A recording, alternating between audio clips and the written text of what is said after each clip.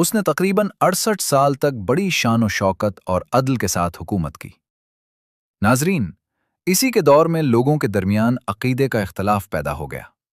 بعض گروہ مرنے کے بعد دوبارہ زندہ ہونے اور قیامت کے دن کے منکر ہو گئے۔ یہ حالات دیکھ کر بادشاہ کا دل بے چین ہو گیا۔ وہ غم و فکر میں ڈوب گیا اور تنہائی اختیار کر کے ایک مکان میں بند ہو کر اللہ رب العزت قدوس و جبار کے حضور نہایت عاجزی، گریہ زاری اور سوز و گداز کے ساتھ دعا کرنے لگا کہ اے میرے رب، کوئی ایسی نشانی ظاہر فرما دے جس سے لوگوں کو مرنے کے بعد زندہ ہونے اور قیامت کے دن پر کامل یقین آ جائے۔ ناظرین، اللہ تعالیٰ نے اپنے نیک بندے کی دعا قبول فرما لی۔ چنانچہ اچانک بکریوں کے ایک چرواہے نے اپنی بکریوں کو آرام دینے کے لیے اسی غار کو منتخب کیا اور غار کے دہانے پر بنی ہوئی دیوار کو گرانا شروع کر دیا۔ جیسے ہی دیوار گری تو وہاں موجود لوگوں پر ایسی ہیبت اور حیرت طاری ہوئی کہ دیوار گرانے والے خوف کے مارے کانپتے ہوئے وہاں سے بھاگ نکلے، اور اسی لمحے اللہ تعالیٰ کے حکم سے اصحاب کہف اپنی طویل نیند سے بیدار ہو گئے۔ وہ اٹھ کر بیٹھ گئے، ایک دوسرے کو سلام کیا، آپس میں بات چیت شروع کی اور سب سے پہلے اللہ کا شکر ادا کرتے ہوئے نماز میں مشغول ہو گئے۔ ناظرین، جب ان نوجوانوں کو بھوک محسوس ہوئی تو انہوں نے اپنے ساتھی یملیخا سے کہا کہ تم شہر جا کر کچھ کھانا لے آؤ اور بڑی احتیاط اور خاموشی کے ساتھ یہ بھی معلوم کرو کہ دقیانوس ہمارے بارے میں کیا سوچ رہا ہے اور اس کا کیا ارادہ ہے۔ یملیخا غار سے نکل کر شہر کی طرف روانہ ہوا تو وہاں کا منظر دیکھ کر حیرت سے رک گیا، کیونکہ اس نے دیکھا کہ پورے شہر میں عیسائیت کا چرچا ہے۔ لوگ کھلے عام حضرت عیسیٰ علیہ السلام کا نام لے رہے ہیں، ان پر ایمان کا اظہار کر رہے ہیں اور اللہ کی وحدانیت کا اعلان کر رہے ہیں۔ یملیخا دل ہی دل میں کہنے لگا کہ اے اللہ، یہ کیسا انقلاب آ گیا؟ وہ شہر جہاں ایمان کا نام لینا جرم تھا، آج وہاں ایمان سر عام بولا جا رہا ہے۔ یہ تبدیلی کہاں سے آئی اور کیسے آ گئی؟ پھر وہ ایک نان بائی کی دکان پر گیا تاکہ کھانا خریدے۔ اس نے جیب سے دقیانوس کے زمانے کا سکہ نکالا اور دکاندار کو دے دیا۔ وہ سکہ ایسا قدیم تھا کہ اب اس کا رواج ختم ہو چکا تھا، بلکہ لوگوں نے برسوں سے اسے دیکھا تک نہیں تھا۔ دکاندار نے سکہ دیکھا تو اس کے چہرے پر حیرت چھا گئی اور اس کے دل میں شک پیدا ہوا کہ شاید اس نوجوان کو کہیں سے کوئی پرانا خزانہ ہاتھ لگ گیا ہے۔ چنانچہ اس نے یملیخا کو حکام کے حوالے کر دیا۔ حکام نے اس سے پوچھ گچھ شروع کر دی اور کہا کہ سچ سچ بتاؤ، یہ خزانہ کہاں سے ملا ہے؟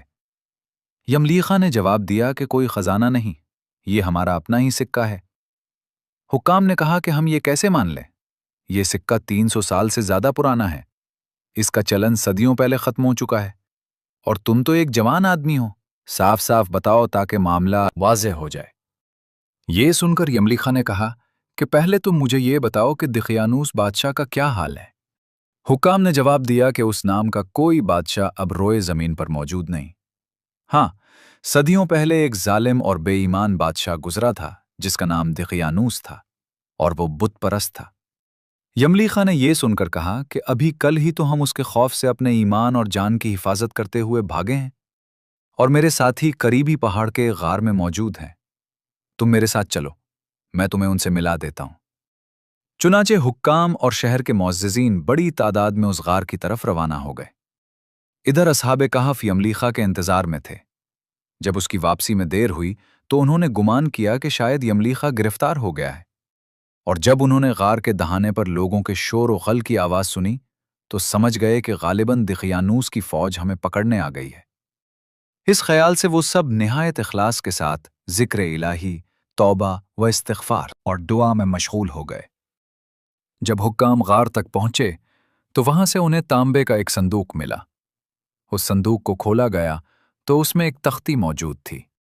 جب وہ تختی پڑھی گئی تو اس پر اصحاب کہف کے نام لکھے تھے، اور یہ تحریر درج تھی کہ یہ مومن نوجوان اپنے دین کی حفاظت کے لیے دقیانوس بادشاہ کے ظلم و جبر سے بچنے کے لیے اس غار میں پناہ گزین ہوئے تھے۔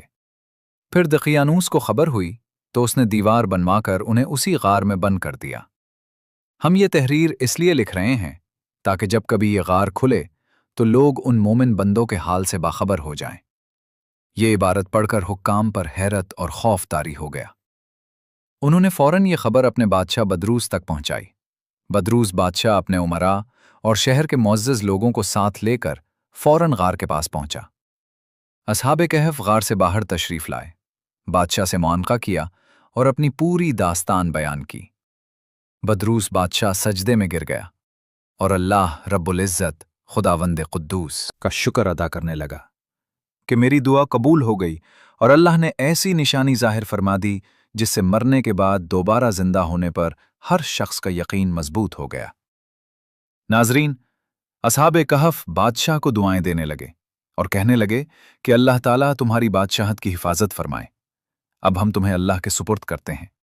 پھر انہوں نے السلام علیکم کہا اور واپس غار میں داخل ہو گئے، دوبارہ لیٹ گئے، اور اسی حالت میں اللہ رب العزت نے ان سب کو وفات عطا فرما دی۔ بعد ازاں بدروس بادشاہ نے لکڑی کے صندوق تیار کروائے اور اصحاب کہف کے مقدس اجساد کو ان میں رکھوایا۔ اللہ تعالیٰ نے ان کا ایسا روب لوگوں کے دلوں میں ڈال دیا کہ کسی کو غار کے قریب جانے کی ہمت نہ ہوتی تھی۔ اس طرح اللہ رب العزت نے خود ان کے اجساد کی حفاظت فرمائی۔ پھر بدروس بادشاہ نے غار کے دہانے پر ایک مسجد تعمیر کروا دی اور سال میں ایک دن مقرر کر دیا کہ اس دن پورا شہر عید کی طرح وہاں حاضری دے اور اس عظیم نشانی کو یاد کرے۔ واقعہ قرآن مجید فرقان حمید میں اس لیے بیان کیا گیا تاکہ ان منکروں کو جواب دیا جائے جو یہ سوال اٹھاتے تھے کہ آخر اللہ تعالیٰ انسان کو مرنے کے بعد دوبارہ کیسے زندہ کرے گا؟ یہ کیسے ممکن ہو سکتا ہے کہ ایک انسان مٹی میں مل جانے کے بعد پھر سے زندگی پالے؟ اسی شک اور انکار کو ختم کرنے کے لیے اللہ رب العزت نے اصحاب کہف کا یہ حیرت انگیز قصہ قرآن میں نازل فرمایا تاکہ لوگوں پر واضح ہو جائے کہ جس رب نے انہیں پہلی بار پیدا کیا وہی دوبارہ زندہ کرنے پر بھی پوری قدرت رکھتا ہے۔ ناظرین، اصحاب کہف کی تعداد کے بارے میں تاریخی اور حدیثی مصادر میں اختلاف پایا جاتا ہے۔ عیسائی روایات میں کہیں ان کی تعداد 5 بتائی گئی ہے، کہیں 7 اور کہیں 13 تک ذکر کیا گیا ہے۔ اسی طرح بعض غیر اسلامی مصادر میں ان کے نام اس طرح بیان کیے گئے ہیں: مکسملینا، یملیخا، بیمندوس، امبلیقوس، مرتونس، بیرونس اور کستونس، جبکہ امام طبری رحمہ اللہ نے ان کے نام کچھ اس طرح نقل کیے ہیں: میکسلمینا، محسلمینا، یملیکا، مرتونس، کستونس، ویبورس، ویکرنوس، یتبائنوس، کالوش، اور ان کے ساتھ 8واں ان کا کتا تھا جس کا نام قطمیر تھا۔ ناظرین، اصل حقیقت یہ ہے کہ ان نوجوانوں کی تعداد کا یقینی علم کسی انسان کے پاس نہیں ہے، یہ علم صرف اللہ رب العزت کے پاس ہے۔ اسی لیے اللہ تعالیٰ نے قرآن مجید میں ان کی تعداد کو واضح طور پر بیان نہیں فرمایا اور ہمیں اس بحث میں زیادہ الجھنے سے منع کر دیا۔ سورہ الکہف کی آیت نمبر 22 میں اللہ رب العزت ارشاد فرماتا ہے کہ کچھ لوگ کہیں گے کہ وہ 3 تھے اور چوتھا ان کا کتا تھا، کچھ کہیں گے کہ وہ 5 تھے اور چھٹا ان کا کتا تھا۔ یہ سب غیب کی باتوں میں اندازے اور قیاس آرائیاں کرتے ہیں، اور کچھ کہیں گے کہ وہ 7 تھے اور 8واں ان کا کتا تھا۔ آپ فرما دیجئے کہ میرا رب ان کی تعداد کو سب سے بہتر جانتا ہے، ان کے بارے میں بہت ہی کم لوگ صحیح علم رکھتے ہیں، لہٰذا آپ اس معاملے میں سر اجمالی بات کریں اور ان میں سے کسی سے اس بارے میں بحث اور تفتیش نہ کریں۔ ناظرین، سورہ الکہف میں اصحاب کہف کے کتے کا ذکر بھی نہایت واضح انداز میں آیا ہے کہ وہ غار کے دہانے پر اپنے دونوں اگلے پاؤں پھیلائے ہوئے بیٹھا تھا، گویا اللہ کے حکم سے وہ بھی ان کی حفاظت پر مامور تھا۔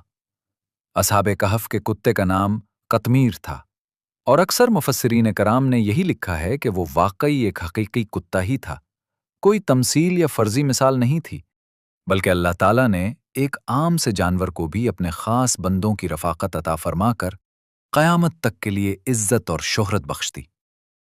بعض اہل علم کا کہنا ہے کہ وہ جانور کتا نہیں بلکہ شیر تھا، کیونکہ عربی میں لفظ کلب ہر درندہ جانور کے لیے بھی استعمال ہوتا ہے۔ ناظرین، کئی مفسرین کے مطابق اصحاب کہف کے ساتھ رہنے والا جانور بھی جنت میں داخل ہوگا، لیکن کسی مستند کتاب میں یہ وضاحت موجود نہیں کہ وہ کس شکل و صورت میں جنت میں جائے گا۔ ناظرین، اب سوال یہ پیدا ہوتا ہے کہ اصحاب کہف کا غار کہاں واقع ہے؟ اس بارے میں مختلف آراء پائی جاتی ہیں۔ مورخین اور ماہرین آثار قدیمہ کے درمیان اس مقام کے تعین میں کہ ترکی کے شہر افسوس میں واقع غار کو اصحاب کہف سے منسوب کرنا زیادہ قرین قیاس اور مناسب معلوم ہوتا ہے۔ ناظرین، یہ بات ذہن میں رکھنی چاہیے کہ اصحاب کہف کوئی افسانوی یا خیالی کردار نہیں، بلکہ ایک سچا اور حقیقی واقعہ ہے جسے اللہ رب العزت نے سورۃ الکہف کے ذریعے قیامت تک کے لیے محفوظ فرما دیا۔ ناظرین، حضرت علی کرم اللہ وجہ الکریم سے روایت ہے کہ رسول اللہ صلی اللہ علیہ وآلہ وسلم نے فرمایا، جو شخص جمعہ کے دن سورۃ الکہف کی تلاوت کرے وہ 8 دن تک ہر طرح کے فتنوں سے محفوظ رہتا ہے، اور اگر دجال ظاہر ہو جائے تو اس کے فتنے سے بھی محفوظ رہے گا۔ اور مسند احمد میں رسول اللہ صلی اللہ علیہ وآلہ وسلم کا ارشاد ہے کہ جو شخص سورۃ الکہف کی پہلی اور آخری آیات پڑھ لے اس کے لیے سر سے پاؤں تک نور ہو جاتا ہے، اور جو پوری سورہ پڑھ لے اس کے لیے زمین سے آسمان تک نور ہی نور ہو جاتا ہے۔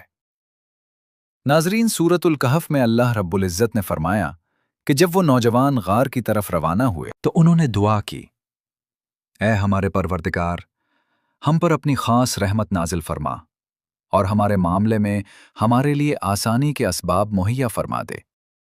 پھر ہم نے غار کے اندر ان کے کانوں پر نیند کا پردہ ڈال دیا، یعنی انہیں طویل مدت تک سلاتے رکھا، اور یہی میں اللہ کی وہ عظیم نشانی تھی جس نے قیامت تک آنے والے انسانوں کو مرنے کے بعد دوبارہ زندہ ہونے کی قدرت کا عملی ثبوت فراہم کر دیا۔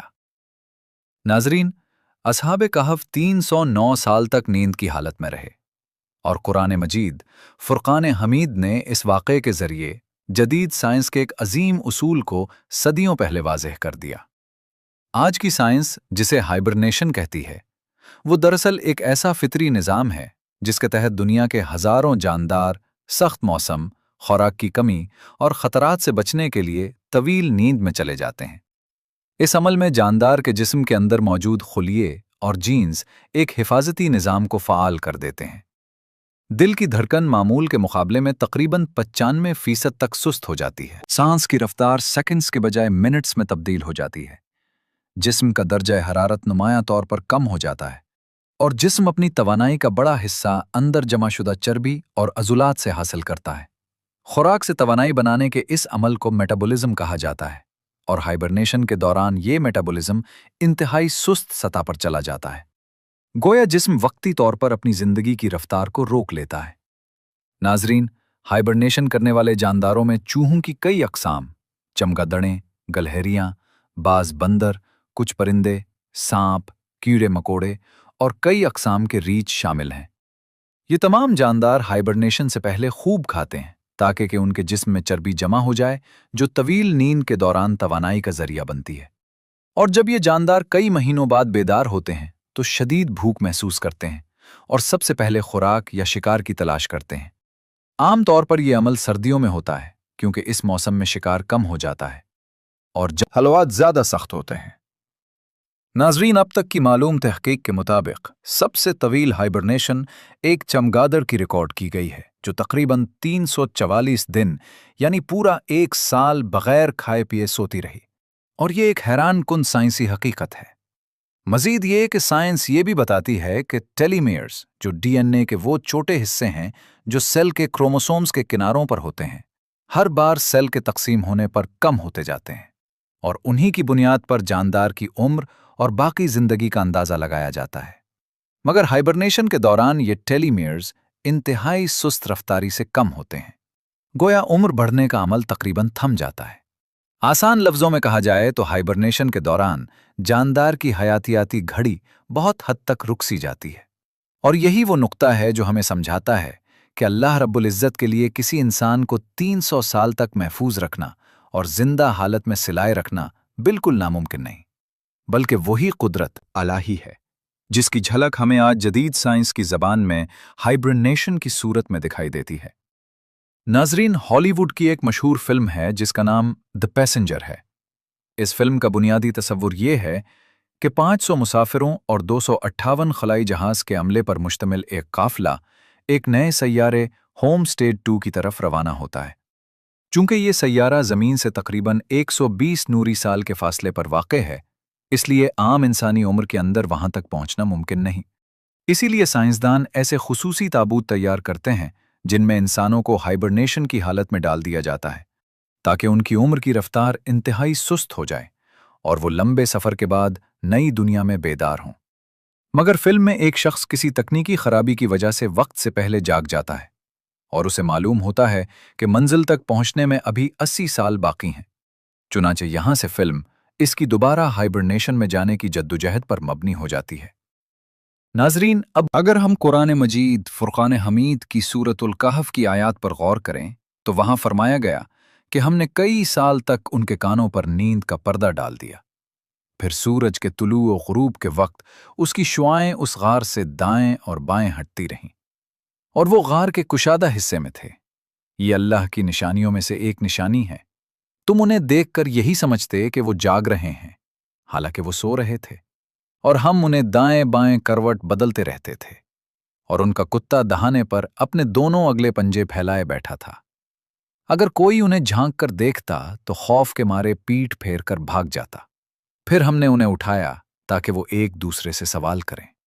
ایک نے کہا، ہم کتنی دیر یہاں رہے؟ دوسرے نے کہا، 1 دن یا اس سے بھی کم۔ پھر کہا، تمہارا رب ہی بہتر جانتا ہے کہ ہم کتنی مدت رہے۔ اب اپنے ایک ساتھی کو یہ سکہ دے کر شہر بھیجو کہ وہ دیکھے کون سا کھانا زیادہ پاکیزہ اور بہتر ہے، اور وہی لے آئے اور آہستگی سے جائے اور تمہارا حال کسی پر ظاہر نہ کرے۔ ناظرین، سائنس کہتی ہے کہ ہائبرنیشن کے دوران جاندار کے جسم کے کئی نظام تقریباً معطل ہو جاتے ہیں۔ دل کی دھڑکن سست، سانس کی رفتار کم، اور جسم کا درجہ حرارت خاص حد تک گر جاتا ہے۔ اسی طرح دنیا کے اکثر غاروں کا درجہ حرارت پورا سال تقریباً ایک جیسا رہتا ہے۔ اصحاب کہف کے لیے پہلا مرحلہ غار میں داخل ہونا تھا اور دوسرا مرحلہ طویل نیند کا آغاز۔